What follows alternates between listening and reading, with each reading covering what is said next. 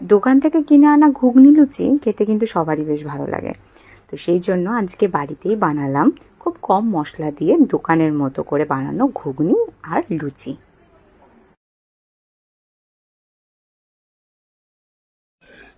প্রথমে পেঁয়াজটাকে একটু বড় বড় টুকরো করে কেটে নিয়েছিলাম, কারণ হচ্ছে আমি চপারে দিয়ে সেটাকে একদম ছোট ছোট করে কুচি করে নেবো বলে।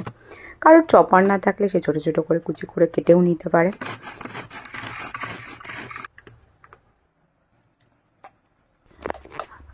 পেঁয়াজটা কাটা হয়ে গেলে এরপরে টমেটোগুলোকেও ছোট ছোট টুকরো করে কেটে নিতে হবে।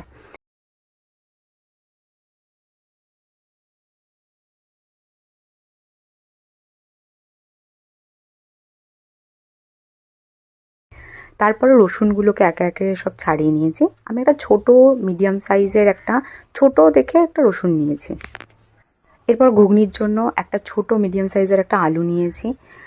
অনেকে ঘুগনিতে আলু পছন্দ করে না, কিন্তু আমার খুব ভালো লাগে ঘুগনিতে আলু, সেই জন্য আমি একটা ছোটো সাইজের একটা আলু দিয়েছি। তাই আলুটাকে চৌকো চৌকো ছোটো ছোটো করে কেটে নিয়েছিলাম।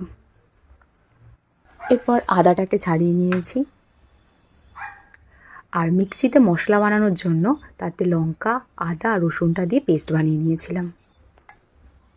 এই মটরটাকে আমি 3 ঘন্টা জলে ভিজিয়ে রেখেছিলাম, তারপরে ভালো করে ধুয়ে নিয়ে সেটাকে প্রেসারে সিদ্ধ করতে বসিয়ে দিয়েছিলাম। আর এদিকে কড়াইতে তেল দিয়ে তাতে আলু চৌকো করে কেটে রাখা যে আলুটা ছিল সেই আলুটাকে একটু নুন আর হলুদ দিয়ে একটু লাল লাল করে ভেজে নিয়েছিলাম।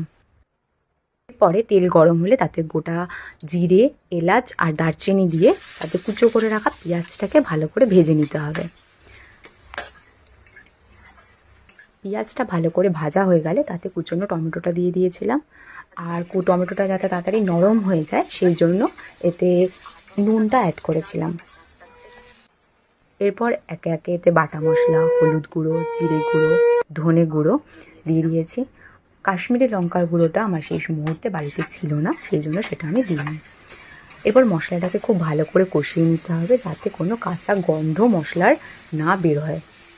ভালো করে কষানো হয়ে গেলে ভাজা আলুটা তার মধ্যে দিয়ে 2 মিনিট নাড়িয়ে নিয়েছিলাম।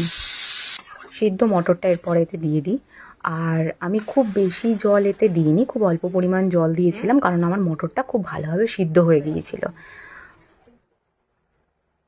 নামানোর আগে তাতে ভাজা মশলা, ধনে পাতা কুচোনো এবং গরম মশলা গুঁড়ো দিয়ে নেড়েচেড়ে নামিয়ে নেবেন।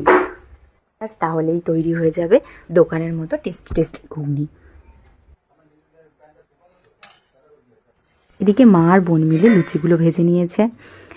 লুচি ভাজা হয়ে গেলে গরম গরম লুচি আর ঘুগনি পরিবেশন করুন। সবাই বাড়িতে এই রেসিপিটা ট্রাই করুন, আর কীরকম লাগলো অবশ্যই জানাবেন।